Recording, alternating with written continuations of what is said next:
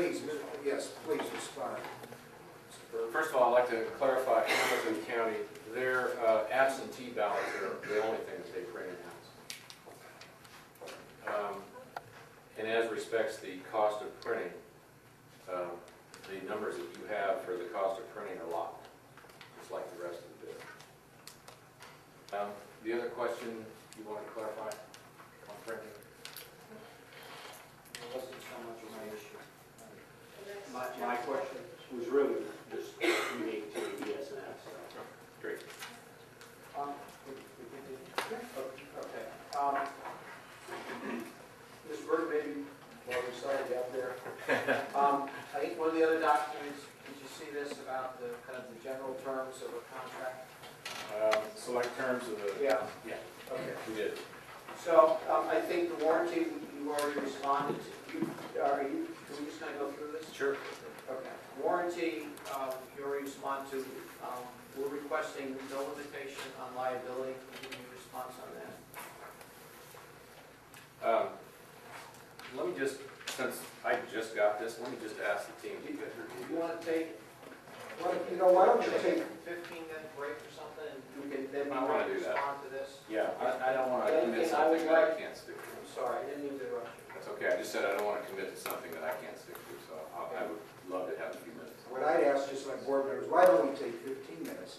That would be one item I'd ask ES&S and Hart to take a look at and be able to respond in fairness. Are there any other kind of items you'd like them to look at, and it might be a few minutes while we take a break? Okay, I think raised before the email that we got from, on the comparing the DS 200 with your product, your current product. We have these kind of competing emails. I'd like to take 15 minutes to read the response from you folks that I haven't had a chance to review. And I would ask that you and Mr. Tessie or whoever your representatives are respond if you have any other kind of, opening brief replies, whatever thoughts. And I also want to kind of go over my own notes and see if there's anything else. I would like us to meet in executive session. I'd like to talk to our lawyers. Okay, and anything else that Mr. Frost you'd like to look at? I would. It's actually something that Chappelle brought up earlier. But in general, what I wanted to say, because I don't know how clearly it's been said before, I know it's my intention, I feel for the board here, to get all the answers we can and need tonight to continue working here to try to get to some sort of resolution if we're able. And so to the extent there's any open question, we're hoping that when we take a break like this, if you've been taking your notes and you feel there's something you want to address, that you are getting to those. An example that I recall from my notes here is as to Hart. The question was raised as to how many counties are using the very system that's being proposed here, the eScan with the eSlate. That's the sort of thing. And there may be others, but anything that you all feel has been left open-ended, we're going to want to have those responses during the time that we continue to have here. Also, let me add to that. I know we have a lot of talented and interested individuals in here too, and I would ask if you have any questions you think need to be asked, please write them down for us, and they'll be brought up to the chair. I'll make certain they get asked to the vendors too when we come back. So I just have one other request of the vendors.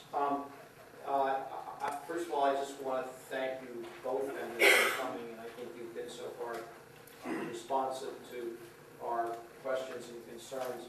And I would ask that if our folks can turn around a written document that memorializes the representations and commitments you've made here tonight, that you can commit to us that within a 24-hour period you can turn around and sign that document.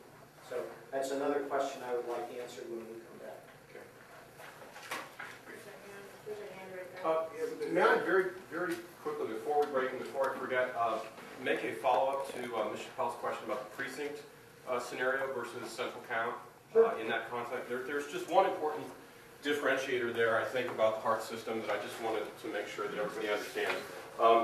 I agree with the gentleman from ES&S that your question is a very good one. Obviously, deploying this type of an election in a precinct scenario is quite different from a central count.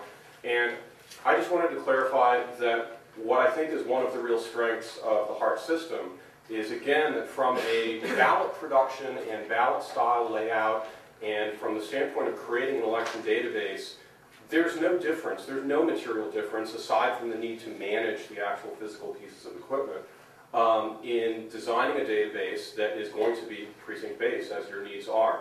All that information gets put into a database, and because it is a digital system, the entire election database is produced on as many memory cards as you need for all the precincts, and those memory cards are all identical and they carry the entire database. What that means is that you don't need to do anything from a programming standpoint for each of those individual eScan machines other than letting it know what polling place it's going to be prepared to deploy that. And again, so at that point it really just comes down to a question of project management and mustering the resources to manage those large pieces of equipment, which again we have been able to do on a very large scale for many years now. And I did just want to clarify that for you. Okay, thank you. Thank you. Okay. We have a motion to go into executive session. I will move that we go into executive session to discuss, I believe the purpose is to discuss the purchase of property. Personal property. Whatever our standard stuff is, what do we say, personal You're property? permitted, that's what we're permitted to do. I'll second that motion. Well, And to- anything else? And to discuss litigation. Yeah, anticipate litigation, whatever we need to say about personnel, whatever. issues are. In this case, anticipated litigation and/or purchase of personal property. I'll second that motion, and roll call, and I'll do that. Mr. Frost? Yes. Mr. McNair? Yes. Mr. Chair, yes. Yes. All right, we'll do that. I don't know how long we'll be, hopefully back in 15 minutes or so. I was, my guess might be a little longer. Okay. Well, we'll give you a relative good notice, but it won't be any sooner than 15 minutes. More like that. Questions from the board? Have an This is for, executive session. Hart's representatives and ES&S. We asked you to read this, you probably read it a bunch of times, I guess it's the select terms for the CCBOE purchase of election. Is that the same? Yes. And to see if there were any questions or concerns in regards to that term sheet, as the attorneys refer to it. Why don't we start with that, and then we'll follow up with some further questions. Mr. Tessie, is there any?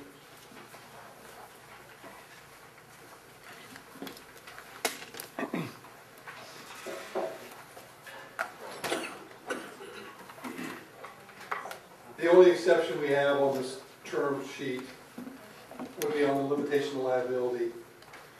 We have historically going up to two times revenue on the limitation of liability. In your case, it would be our contract value times 2 times. Outside of that, we're comfortable with all the terms and conditions. Okay, thank you. That's a fair answer. I appreciate it. Mr. Burke.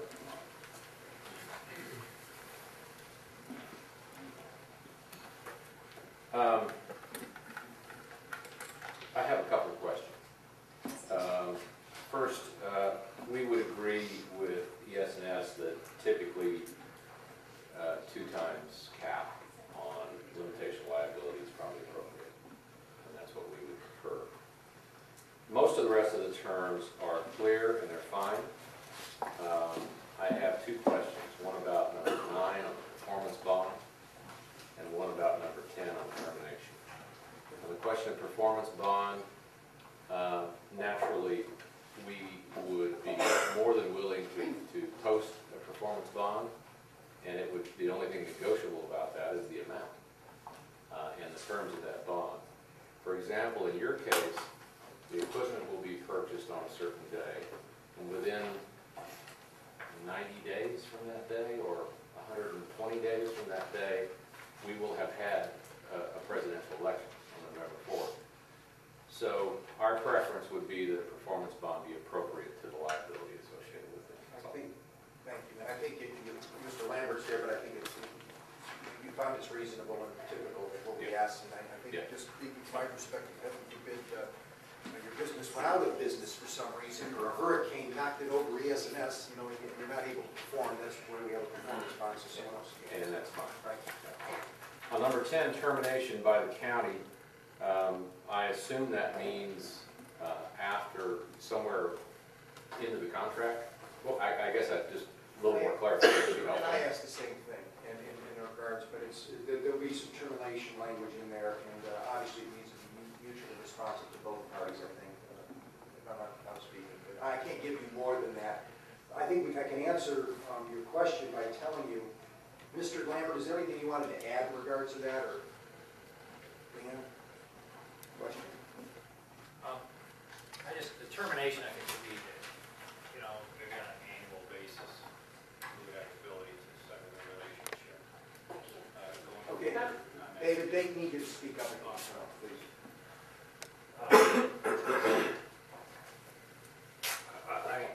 I'm not sure exactly what termination means either, having not drafted this document, but I think that the ordinary meaning would be if we enter into a long-term service contract or maintenance contract at various intervals, we would have the option to terminate. Not that you will, but we would. Isn't that the understanding of the board, I believe? Isn't that the desire? Right. And I think that would just be, again, it would be some reasonable notice or various intervals we would have that ability. There would also be the customary kind of provisions for cause termination, and it's language that, wouldn't surprise anybody, but. Yes, and that's fine. Just a little more clarification, and that number 10 is fine. The other one that I would mention to you is, just for clarification, is annual or recurring fees. In the spreadsheet that you have from your organization here, it shows, if you run the math, it actually shows a 5% increase per year starting the second full year. So and that would have to, in order to conform with this, that would have to be changed from 5 to 3. And we're acceptable with that. Under which one is this? This is your number 5. Just the 5-year projected summary, is that what you're talking about? Yeah, the 5-year projected summary. If you look at the maintenance line for software going across, it's actually 5%, not 3. I want to just make sure we just leave that. Gotcha. You're able to commit to the 3? We'll commit to the 3. And that is in regards to some software fees in 2010 or on. Yeah, it starts in 010. Just to follow up on the performance side, and I might have to go back to ES&S as well. So that, aside from agreeing to the concept of a performance bond, are we agreeable that there's no cost associated with the provision of that bond? That would be borne by us, that would be borne by you? It's borne by us. Okay, and ES&S, if you could let us know that as well. Same? Well, let's clarify, your proposal has us paying your performance Well, bond. it depends on what is suitable. We'd have to look at, what's customary is 1 year and a percentage of the revenue stream, and based upon that, I think we would be agreeable to not having a fee. Could you, I hate to bounce back and forth, but I'm not sure I understand. Mr. Bird, I think you answered the question. Mr. Tessy? Actually, sorry, before he does, I just have a couple clarifications, Mr. Bird. You want me to stay here? Bird, and then we can have Mr. Tessie. Musical chairs here. The chairman had raised earlier the issue about willingness to agree to a performance guarantee with respect to delivery of the product on time, and both of you said yes. I'd also like to know if you're willing to agree to a performance guarantee regarding the timing and accuracy and completion of LMA testing, and also with respect to the equipment working on election day. Yes. Then, Ms. Tessie, you can, I think, respond to all those questions. Thank you. Thank you, Mr. Bird. Mr. Tessy, just to summarize, I think one deals with the performance bond, one deals with performance guarantees. Yeah, we would be agreeable to amending our proposal to include at no cost the performance bond, but we would want to, limit it to, 1 year and to the to a percentage of the contract value. In terms of the performance of the L&A and so forth, to the extent that these are things that are within our control and our responsibility, we would be agreeable to some kind of performance. Typically, logic and accuracy tests are performed by the county. It is, and I agree with you on that clarification, but let me pick up on that. You have a cost in here for charging us for the acceptance of the product and testing it upon delivery. And I'm wondering why, and I'm gonna ask Mr. Burke this if that comes here, why you're guaranteeing this stuff's gonna be here on time and it's gonna work. Why are we paying you to do that?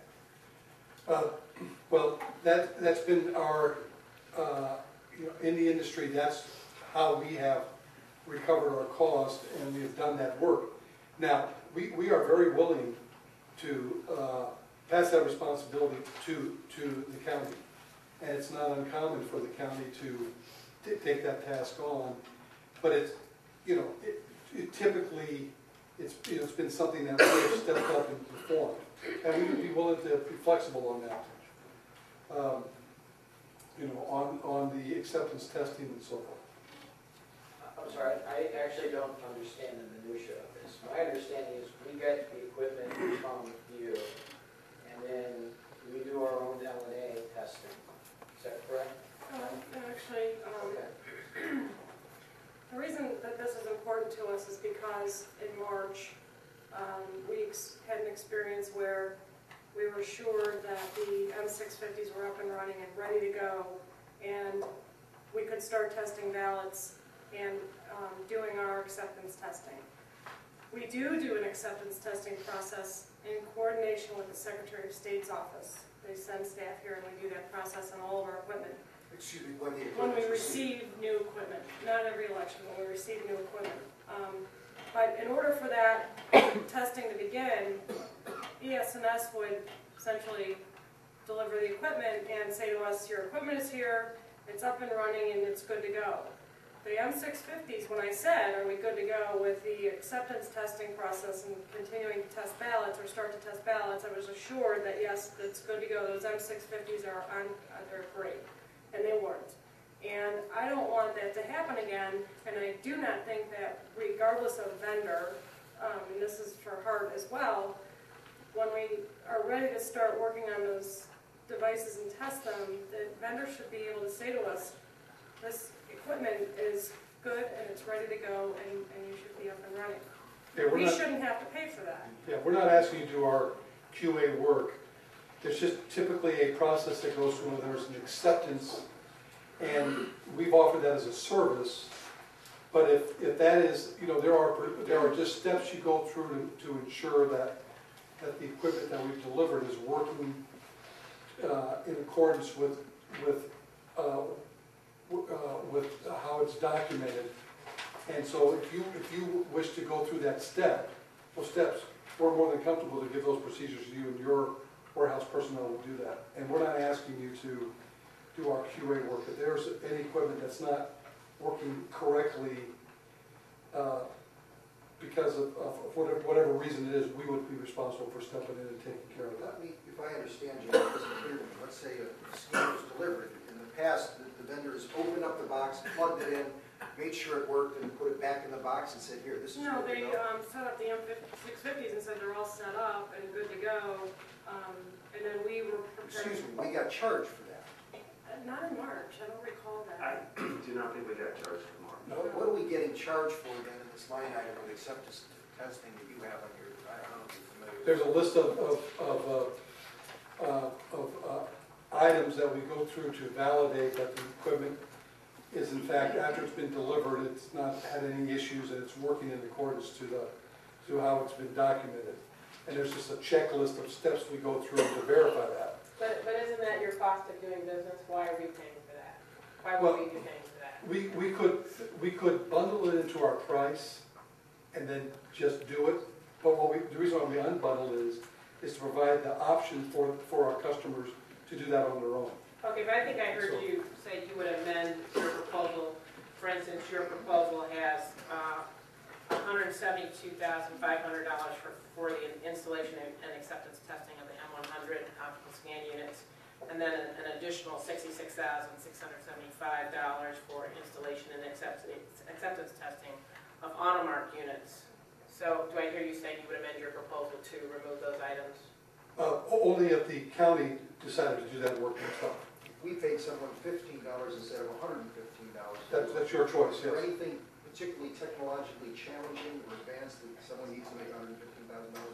No, I think it's a, you know, we'd have to come in and, you know, do some level of training and walk you through the procedures, but it's something that, you know, that you could do. And so if that was her desire, we're comfortable with that. Just so I understand, so then when the equipment is delivered, truck pulls in, the boxes are left on the second, third floor of the warehouse, so then you don't perform anything on those unopened boxes, it's up then to us to open the boxes, set up the scanners, and turn them on and make sure that they work. After we've been trained to go through the process and procedures, I'm hearing. Right. And And then you- additionally, though, we would have a project manager from your company here who is in charge of managing the entire implementation of the election with us, who would then be responsible for assisting in all of that testing. Sure, I think we'd have people there that would be working with you, and in the event that a piece of equipment did not pass the test, we would pull that to the side, and then our people would try to determine what is wrong and then try to correct it. Okay, but we wouldn't be paying for that, though. No, not Okay. that. But we are, except for that person, we wouldn't be paying for that staff, presumably. Because there's a per diem rate for those people that are gonna be here, right? Yes. So but we would not be charged these other amounts that are in the proposal. That's correct, if you elected to do the work. Okay? Okay, thank you. I think- You're welcome. I have one